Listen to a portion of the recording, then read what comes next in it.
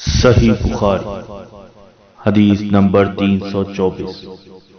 حفصہ بنت سیرین نے فرمایا کہ ہم اپنی کنواری جوان بچیوں کو عیدگاہ جانے سے روکتی تھیں۔ پھر ایک عورت آئی اور بنی خلف کے محل میں اتری اور انہوں نے اپنی بہن ام عطیہ کے حوالے سے بیان کیا، جن کے شوہر نبی کریم صلی اللہ علیہ وسلم کے ساتھ 12 لڑائیوں میں شریک ہوئے تھے، اور خود ان کی اپنی بہن اپنے شوہر کے ساتھ 6 جنگوں میں گئی تھی۔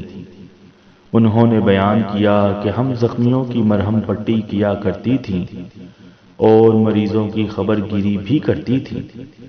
میری بہن نے ایک مرتبہ نبی کریم صلی اللہ علیہ وسلم سے پوچھا کہ اگر ہم میں سے کسی کے پاس چادر نہ ہو تو کیا اس کے لیے اس میں کوئی حرج ہے کہ وہ نماز عید کے لیے باہر نہ نکلے؟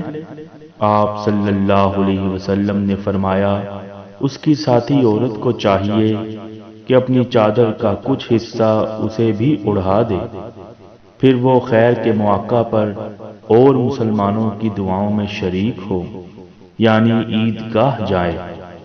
پھر جب ام عطیہ رضی اللہ تعالی عنہا آئیں تو میں نے ان سے بھی یہی سوال کیا۔ انہوں نے فرمایا، میرا باپ آپ صلی اللہ علیہ وسلم پر فدا ہو۔ ہاں، آپ صلی اللہ علیہ وسلم نے یہ فرمایا تھا۔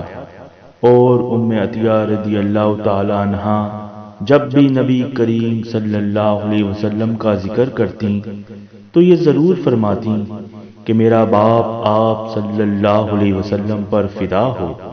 انہوں نے کہا، میں نے آپ صلی اللہ علیہ وسلم کو یہ کہتے ہوئے سنا تھا کہ جوان لڑکیاں، پردہ والیاں اور حائضہ عورتیں بھی باہر نکلیں اور مواقع خیر میں اور مسلمانوں کی دعاؤں میں شریک ہوں، اور حائضہ عورت جائے نماز سے دور رہے۔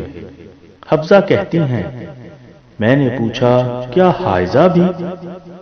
تو انہوں نے فرمایا کہ وہ عرفات میں اور فلاں فلاں جگہ نہیں جاتی، یعنی جب وہ ان جملہ مقدس مقامات میں جاتی ہیں تو پھر عیدگاہ کیوں نہ جائیں؟